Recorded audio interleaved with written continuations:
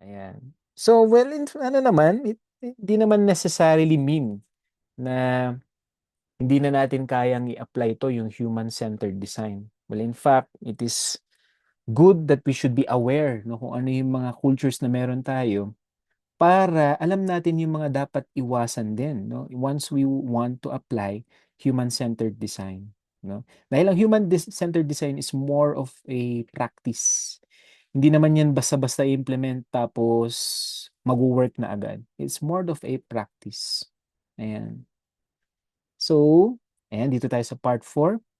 So, sige, let's say we want to implement human-centered design process. Ano ba yung mga steps na kailangan natin gawin?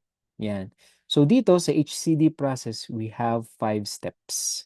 Ayan, 5 stages. Okay? Ayan. So let's start with stage 1, which is very important. Now, before we redesign our work processes, we need to empathize. Okay? Ano ba ang empathize? This is where we understand the real lived experience of everyone touched by the process. Sino ba ang nag implement? Sino ba ang naapektuhan ng ating work process? Usually, again, tulad na nabanggit ko kanina, it's the employees, the frontliners, the clients. We can only understand kung ano ba yung problema kung we live yung kanilang experience.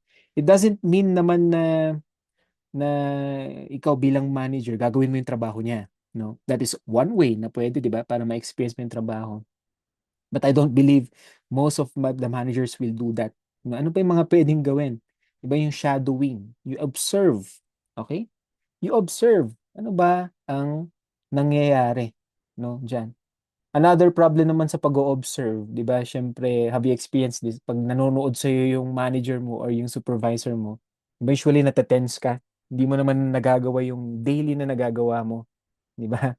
Parang gusto mo ipakita ko ano ba yung tama doon sa boss mo kung ino-observe ka. So may negative side din ang pag-o-observe. Pero meron namang different ways to shadow your employees. Makipagkwentuhan ka, 'di ba? You build trust with your employees.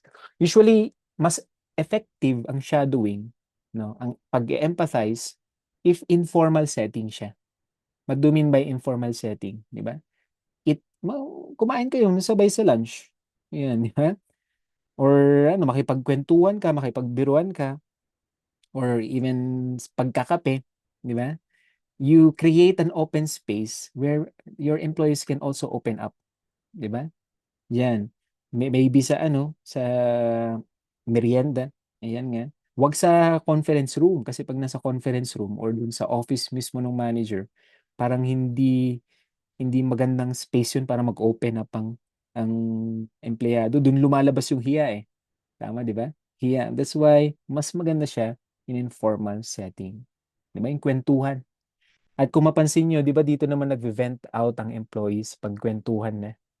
Ayan, pag merienda na. 'Di ba? Pag lumalabas na yung tsismisan time, 'di ba? Do'n nagve-vent out ang mga employees.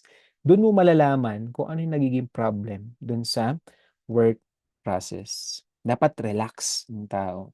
Ayan.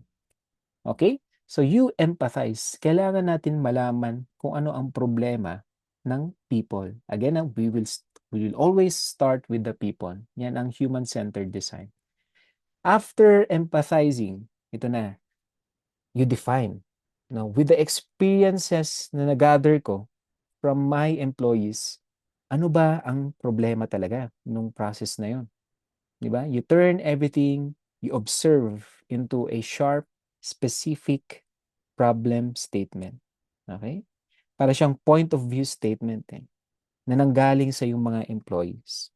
Kumbaga, ano ba ang kailangan ni user? Bakit siya nagkakaproblema? Ano ang cause ng problema niya? Okay? You are now defining the problem. After defining the problem, ayan na, this is where we ideate. Ito na, we generate options. Okay? After I have defined the problem, ano kaya yung mga pwedeng solutions kong gawin? Paano ko kaya pwedeng padalihin ang buhay ng aking mga empleyado? Paano ko pwedeng padalihin ang buhay ng aking mga kliyente? At with ideation stage, As many as possible. Damihan nyo. Usually, when we brainstorm solutions or ideas, hindi lang nagsastop yan sa isang idea. Diba? As many as possible. Okay, ilatag muna natin all options. Huwag muna natin silang i-judge. Okay? We ask ourselves, how might we? Okay? We turn the problems into invitations. For example, how can we reduce yung chain of approval? Let's say, balikan natin yung leave form. Paano ba natin pwede bawasan yung signatories? Maybe isa na lang ang magsasign without losing accountability then on the part of the organization. Diba? Ideation stage. After that, sa ideation stage, nalilimit na natin yung mga possible solutions. Eventually, we will evaluate the best solution among all options. Pag na-evaluate na natin, ito na yan, magpo-prototype tayo. Okay? Usually kasi when we hear prototype, gagawa tayo ng actual product, no? Or gagawa tayo ng actual test na IT system. Well, in fact, sa human-centered design, it is very simple. It is the cheapest, roughest version of the idea. Okay? Na syempre, natutunan mo based dun sa stage 1, 2, and 3. Ayan, yung pinaka-simple lang na pwede mong gawin na bagong process, no? Ayan. So, isang way dito, for example, ano tayo dun sa leave form. Balik tayo nga dun sa leave form. Let's say, gawa tayo ng very simple lang na one paper na leave form na isa lang ang signatory. Ayan. Ito yung prototype natin. Then we try to try nating gawin, no, na hindi pa siya official, pero try lang nating gawin at tingnan natin kung maganda ba yung magiging process niya. Maybe we try it in one department. Or yung pinaka-simple lang is role-playing, di ba? O kunyari, gagawin mo tong form na to, try mo nga mag-apply ng leave, i-follow mo tong prototype na process ko, at tingnan natin kung may pwede pa tayong i-improve or mag-work ba siya. Ayan, di ba? Role-playing is the simplest prototype we can do in all organizations. Ayan. Okay?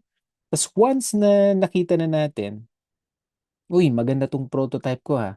Baka pwede nating i-implement sa ating organization. Ito na yung ating testing stage.